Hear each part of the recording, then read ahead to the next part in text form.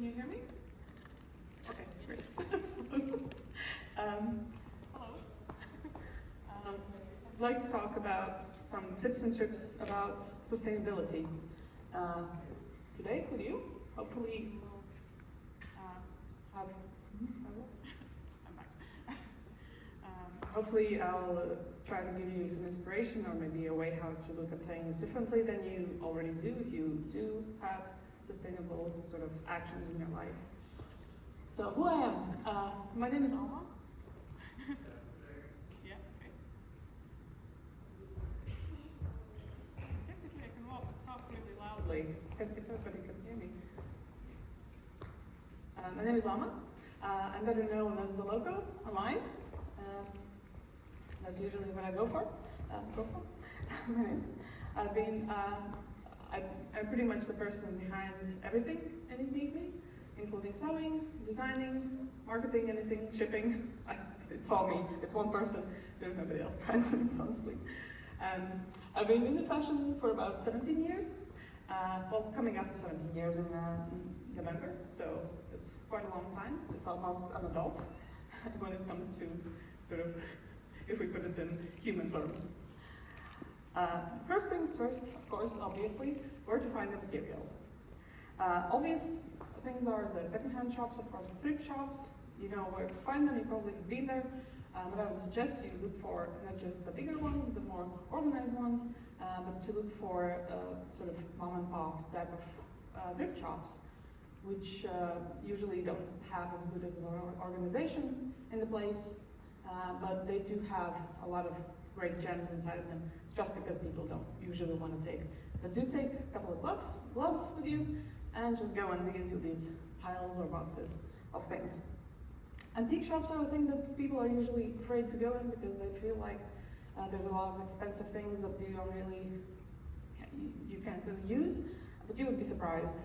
They also have these sort of boxes with things and findings and bits that you could use in your jewelry or accessories or whichever projects you might have online. Great thing is sort of open air markets or junk markets. Usually every bigger city has these kind of markets. I've checked, and in Helsinki there's actually one every Sunday if the weather allows. So perhaps there's one here or in some bigger city nearby. So be sure to look out for that and go and pretty much dig there as well. Also be on the lookout for any kind of tools in these kind of junk markets, because it's hard to come by sort of quality tools for some things. So, or maybe there's some kind of antique tools like picking shears that are sort of the cranking type. You can find that kind of thing as well if you're lucky. Of course, sales, clearances, any kind of warehouse clearance sales or sewing studio sales are a great place to do that. Any kind of online spaces, of course, the obvious Facebook, Etsy, eBay, Depop, pretty much any kind of secondhand stores, as well as you probably have some kind of local version of thrift secondhand things here in Finland as well. And of course, be loud about your needs. Ask or talk with your friends and your family about the things that you want to do, or you want to maybe pursue knitting, perhaps. So you can be loud. I want to try to do that. And next time somebody sort of maybe has a pile of yarn they want to get rid of, or maybe needles, they have just a person to go to, and maybe you even get your first sort of kit for free, which is, I think, a great way how to start these kind of hobbies. I would suggest you look beyond just what the item is. I know if you see a dress, you want to look at it and be like, yeah, it's a dress, maybe a skirt, but I would suggest you look beyond. You look for what's it made out of. The main material, the lining materials, the zippers, the buttons, any kind of clasps, those are all bits that you can actually use in your project. You can take the piece apart. Maybe you didn't like the dress that you found, but the zipper was the perfect color, the perfect length. You can get the dress to get the zipper, and maybe you'll find a project for the main materials of the dress as well. Here's some example of a very scrappy project that used to be a sort of accessory that I made, these tiny top hats. Of course, it's clearly seen that you made it from scrappy materials, as well as the base of the top hat is actually a Pringle scan that I've cut up to have the sort of dome shape, as well as I've cut part of it in half to have this sort of curve to the rim of the hat as well.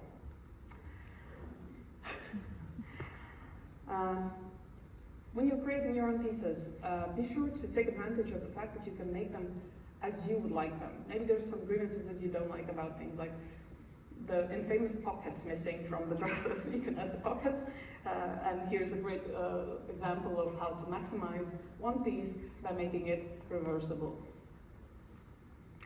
Also, repurposing unusual materials. I've already mentioned, if some of you saw the fashion show, that there were some that I've made in the past. Here's a not so great picture, I guess. The pictures are smaller than they seem.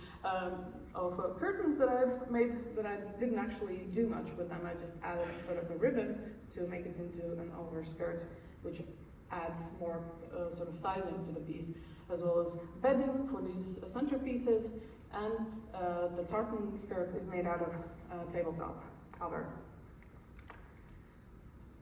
Also consider using bigger, sort of more material using garments like ball gowns or wedding dresses. Ball gowns have usually great trim or any kind of embroidery that you can use for your own projects. Wedding dresses are great because they have usually white color, and you can color the dress or the lace or whatever you find on it into whatever color you might need. Also, don't be afraid to use damaged or broken bits. Here's some examples. I found a sort of seashell frame that was sort of falling apart already in the thrift shop. I took it apart at home and made it into a sort of crown. And here's another example of where I had a statement necklace that I took apart and made 3 pieces out of it: a belt, a brooch, and a sort of smaller necklace as a set. So you get 3 pieces from one. Maybe not so obvious things. I already mentioned the grab bags and sort of stampings and vintage buttons that you can find in antique shops. Of course, those are as well in regular thrift shops, but you should also take a look in home decor places, like for example, there's some floral sort of piece with tiny apples on top of it that was not anywhere near garments or accessories in the thrift shop. I just found it in the home goods sort of part of the shop, and I took it apart and I created this sort of headdress. Hats are a great thing to use up. Either you find a hat in the shape that you like and you decorate it, which is pretty obvious, but you can also use, like here I have a bonnet that I've made from a straw hat that I've cut up and used the rim, sort of the straw hat as base for the rim and structure, since I'm not a millionaire, sadly. Some things to look out for. First of all, of course, is the quality of the material. I would say most materials are good to go, unless it's the super low quality, crunchy, or like very thin synthetics, which usually children's sort of costumes are made out of. You can find use for those, but those are probably the very lowest tier of materials. Also check the pieces for damages, mostly just to be informed, because you can still use these pieces, and I'll have you tips in future slides how to do that. But be sure to know what kind of tears or dirt or any kind of like markings. Sometimes the end bolt pieces have stampings, so if it's on the right side of the fabric, you should consider that you're losing that bit of the fabric potentially. If you're looking for gowns, then be sure to check the gowns for any kind of burn marks, because when they wear the gowns, they often use sprinklers that sort of burn tiny bits into the dresses, if it's a synthetic dress, of course. Also, if you look into sort of vintage or older curtains, then you should look out for any kind of discoloration, which might not be obvious. You should open the piece up and see if there's any kind of bleaching stripe or bit in the material, so you know that there's this potential damage. And of course, any kind of critters are not welcome. Usually they're already not there, but you can find sort of droppings or gnaw marks or sort of webbing or cocoons. You can, of course, clean that and use the material like this, but it's good to know, especially for natural fibers. So you've gotten your new piece. What do you do now? I said first thing is, of course, obviously find the contents of the material. If it has a tag, if it's a garment, then you can check the tag and see, and I would suggest you cut off the tag and you keep it with the material, even if you take it apart, just so you are informed in the future projects that you might use the material in. If it doesn't, then you can do a burn test. I'll have resources on the burn test at the very end of this, since sadly I don't have enough time to explain that here. Also, of course, you should wash them. Baseline that I typically use is just delicate cycle in cold water, preferably. And if there are any kind of bits, embroidery, or beading on the material, I usually put it in a garment bag, or if you don't have those, you can just use a pillowcase and put the garment inside that to sort of avoid any kind of additional damage. Vinegar is great for conditioning the material, as well as taking off any kind of unwanted smells, like sometimes the piece might smell the sort of moldy smell that the thrift stores usually have, or maybe there's some smoky smell or something, whatever. You can use vinegar to get rid of that, and it does not smell of vinegar after you wash it, so you don't have to worry about that. If you're into energies and that kind of thing, then you can sprinkle a little bit of salt into your washing cycle, and that should get rid of negative energies for your piece. Next, you should do an iron test, which is helpful. You don't have to, but it's helpful.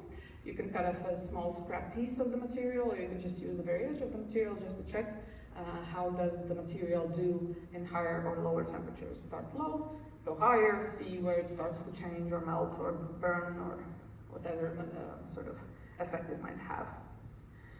One thing that I personally have recently started using is marking any defect points or sort of holes that you might find in the piece. You open it up, of course, and you sort of find where the pieces are, look against the sort of light source to see, because sometimes you don't even see these pieces, these sort of holes, or maybe would-be holes, unless you look through a light source as well. So, and I would either use a sticker to mark the place, or a great sort of short thread busting thing is to mark them with thread marks. And if possible, of course, you can mend the pieces. Like here I had an example of one of the fashion show pieces that had these sort of stray things coming out of the material, and I pulled them back in, and the material is good as new, pretty much. So that's a great way how to bring back the material to make it work for your project. You should consider the pattern placement as well. That's a great way how you can save on the material, especially if you have a very limited amount of it. Also be mindful of where you place it. If you have any kind of damage, you can place the pattern piece so it sort of neglects the damaged parts of the piece. As well, I would suggest you avoid sort of cutting pieces on fold. I know it's a popular method, but that's a great way how to lose a lot of material. And the best way I find is to sort of stack the pieces as close together. Of course, be mindful of any kind of seam allowances you might have. Generally, working with limited or damaged materials, you should measure and plan before you even get anywhere close to any kind of scissors. Also, consider using the sort of damaged parts to your advantage, like you have a set of hair clips that are made into a burro style, but the material originally was sort of discolored cross-grain ribbon that I found. Also, for pattern cutting, I would suggest start with larger pieces of pattern and go smaller, like if you're making a dress, cut the skirt first, and then cut the bodice parts later. Also, a great way how to work with damaged materials is just to hide it. Here are some examples. These pieces specifically didn't have any kind of damage, but if they would, you wouldn't even see them because they're sort of hidden in folds or under trim or under embroidery. So that's a great way, or any kind of other appliques or any kind of other techniques are great for sort of hiding these damages. If you have enough of the material, I would suggest that you push it further on. If you have sort of a skirt plan to make. Perhaps you can make a bodice to match, and then you have sort of a skirt, a bodice, and a dress in one. Sort of in one go, you have 3 looks immediately.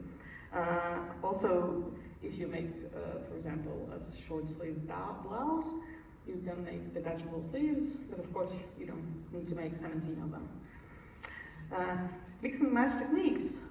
There's some great sort of samples from our very own Hellocon lady, which I've discovered that the pieces are not actually just sewn on, but they're sort of see-through. So it's a very fun sort of window of crochet lace. And there's some embroidery again.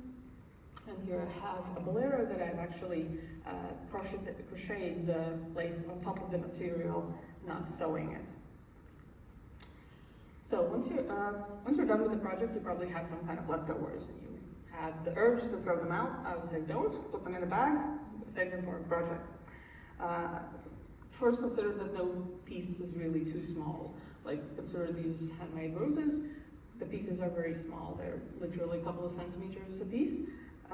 Here's a great project that a scrap questing project, because I had a very small bit of lace and some scrap lace that was not long enough for any kind of really solid project. So I put all the pieces together and made this headdress. Also, piecing, historical inspiration. Here's some great historical examples. I think it's a fun thing to piece the linings, because you have sort of a surprise thing inside of your garment. It's sort of your little secret. Or you can sort of hide them, as in here I had to add the arrow because it's not that obvious where the seam line is. So the piecing is quite seamless in a way. And there's an example of one of the fashion show pieces where I've pieced both the lining and the very front of the skirt was made out of 2 pieces as well. Here's some examples of obvious patchwork that you could scrap bust, essentially. If you have a pile of materials that are sort of similar in style or in color, this is a great way how to do it. LG has made a name for herself in this way in the recent months by making this sort of very cool scrapbooky sort of crust punk sort of dresses. Here's some examples of not so obvious piecing, like this black ribbon dress that has been made from 2 materials, but it's made in a way that's not too obvious. And I've actually seen a couple of girls have pieced skirts and dresses out there, so that's great to see that you already use that kind of technique. Also make sure to make the pattern work for you. If you do not have enough of the material, then find a secondary or maybe tertiary complementary fabric and try to integrate it into your design so it sort of looks more seamless rather than being sort of patchworky. And these are, of course, on top of that, some more examples of not so obvious patchwork. Appliques are a great way how to scrap bust, especially the style range is very large, and I thought that this great whimsy sort of idea of using the scraps, printed scraps to make your own prints in a sense, is an amazing idea and has so much potential in my opinion. Here's some angelic pretty examples, maybe not so obvious, but it's patchworked. In some dresses, of course, appliques. So it's not just the scrappy indie bands that use these techniques. It's also the big brands that use this sort of technique. Obviously, matching accessories. For bigger pieces, you can make sort of bags. For smaller pieces, hair accessories, maybe just hair clips. That's totally fine. Still matching accessory. Here I have the slide about, since I make my own materials often, there's bound to be any kind of misprints. Like, for example, the dress was supposed to be a tote bag, but the print was made too big. So it was too big to make a tote bag unless I had a giant tote bag, which I don't think that's a thing. Maybe I could have started the trend, I don't know. But I made it into a dress. But there's some scraps that I've used in the belt and in the bonnet. There's another one, a belt that I made in a specific style, but I had leftover sort of findings that were not enough for like an entire belt. So I I took the pieces apart and I sort of made a one-of-a-kind piece. That's also a great way. So it's not just fabrics, it's other materials as well. Sort of push them up further on. Okay, repurposing. Again, pretty obvious, but maybe some ideas. Here's repurposed a sort of shirt with a quite cute print into a cutset.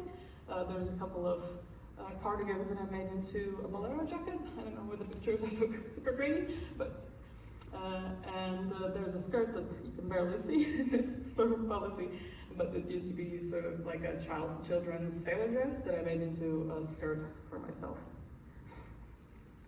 Here's some more examples. If you do embroidery, great way how to add interest to your pieces.